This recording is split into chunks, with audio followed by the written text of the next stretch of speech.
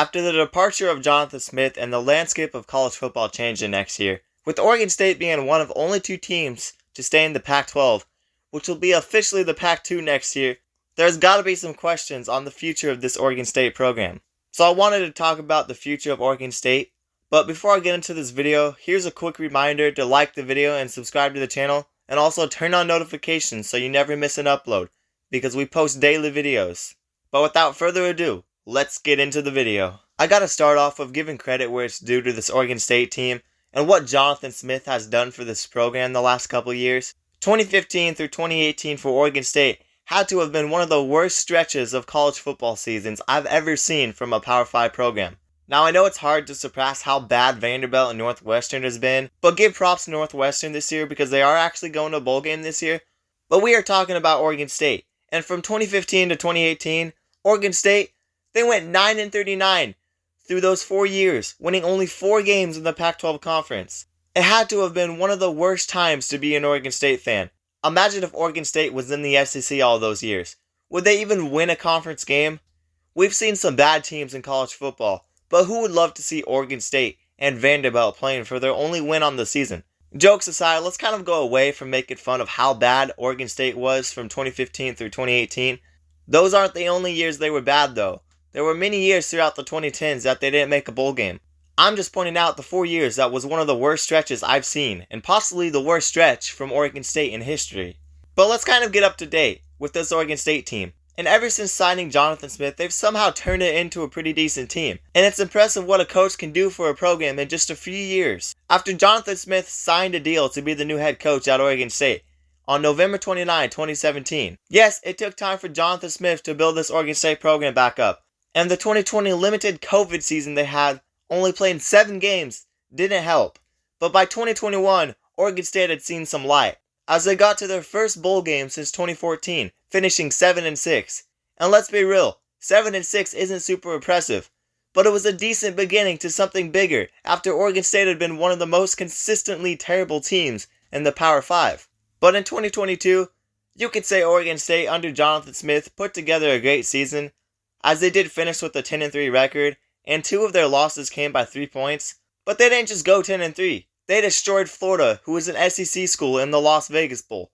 This seemed like this was going to be a huge beginning for reassurance for this Oregon State Beavers team, with wins against a top 10 Oregon team and a blowout win against an SEC school to end the year. But then came all the realignment shenanigans, and all the teams being announced from the Pac-12 to move conferences. And by the time it was September, it was announced that Washington State and Oregon State were the only teams left in the Pac-12 conference, or if you want to say the Pac-2 conference.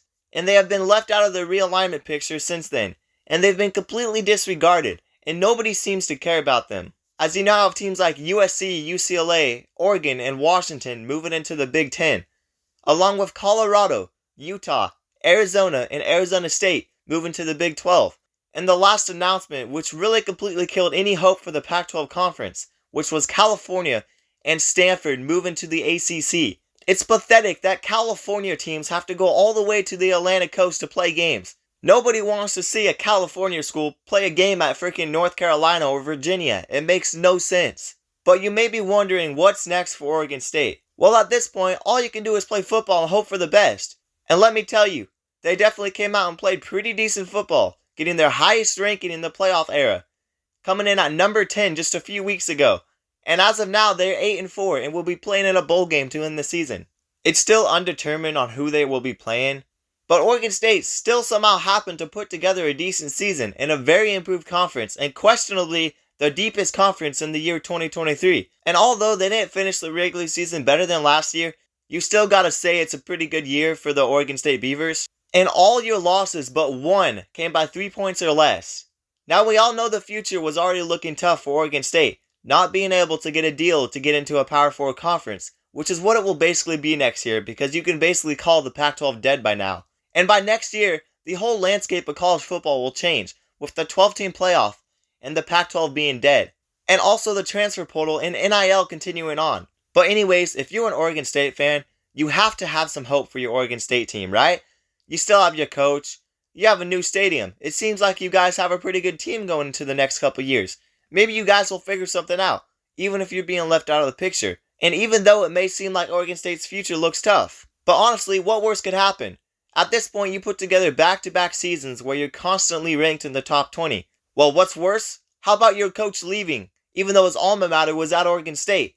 This had to be heartbreaking, losing Jonathan Smith, as it was announced just recently that Jonathan Smith will be going to Michigan State. So he's not just leaving his alma mater at Oregon State, he's leaving for a school that has struggled badly. And Michigan State just fired their head coach a couple weeks ago, Mel Tucker, who has had some pretty bad accusations.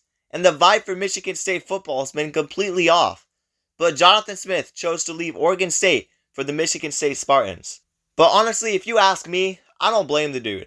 Because he wants to be relevant, and with the landscape of college football changing, and Oregon State probably having to play Mountain West schools, and recruiting most likely getting more difficult for Oregon State, I honestly don't blame him for leaving. Jonathan Smith wants to succeed, and he's a good coach. But you know, maybe Oregon State will still be good. They probably will still have some winning seasons. But out of all the teams that were left out of the conference realignment, it just happened to be an Oregon State team that looked like they had a very bright future. Sure, Jonathan Smith definitely could have stayed at Oregon State and played in the lesser competition and been left out of the main picture of college football. But if you want to be a next level coach, you have to adapt to the college football landscape changing.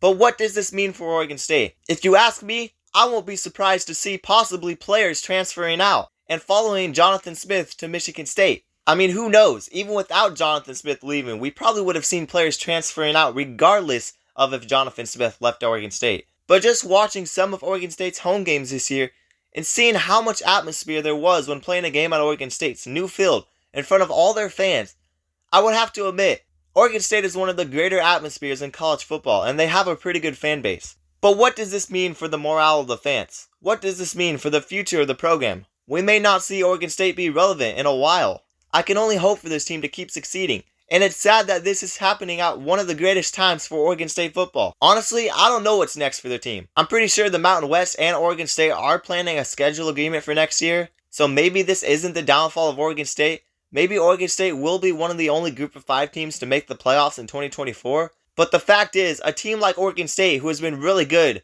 needs to play better competition. Why do we see teams like Purdue, Indiana, and Vanderbilt, and so many other bad teams playing in Power 5 conferences? There should be a way to get Oregon State in a Power 4 conference. But this isn't the only issue. It's a shame that we're seeing rivalries like Oregon versus Oregon State end. And that's not the only rivalry, but I'm not going to get onto that in this video. I'm talking about Oregon State. And I really hope there can be some deals sorted out within the next couple years to get Oregon State back on track. And to get the rivalry game between Oregon and Oregon State to continue. But not just Oregon State, I hope the best for Washington State. But I guess a plus that we do have going into next year is Oregon State should have a shot of making the 12-team playoffs in a group of 5 conference. But I guess a plus we do have going into next year is Oregon State should have a shot at making the 12-team playoff in a group of 5 conference. And whether you like to admit it or not, you have to admit a 12-team playoff is better for college football. A 14 playoff is honestly just stupid to me. But as of now, Oregon State will be playing Idaho State, Boise State, and Purdue next year. And you know I mentioned players leaving Oregon State. And let me know in the comments what you guys think about DJ Uiagalelei playing somewhere else. Maybe he'd go to the Oregon Ducks because his brother does play for Oregon. And the Oregon Ducks might need a new quarterback. But I don't know if they're going to get a new quarterback because Ty Thompson was a 5-star coming out of high school. And Ty Thompson has a pretty bright future. But my question is, do a lot of these players want to stay for Oregon State? I mean, I assume Cam Ward for Washington State will hit the transfer portal.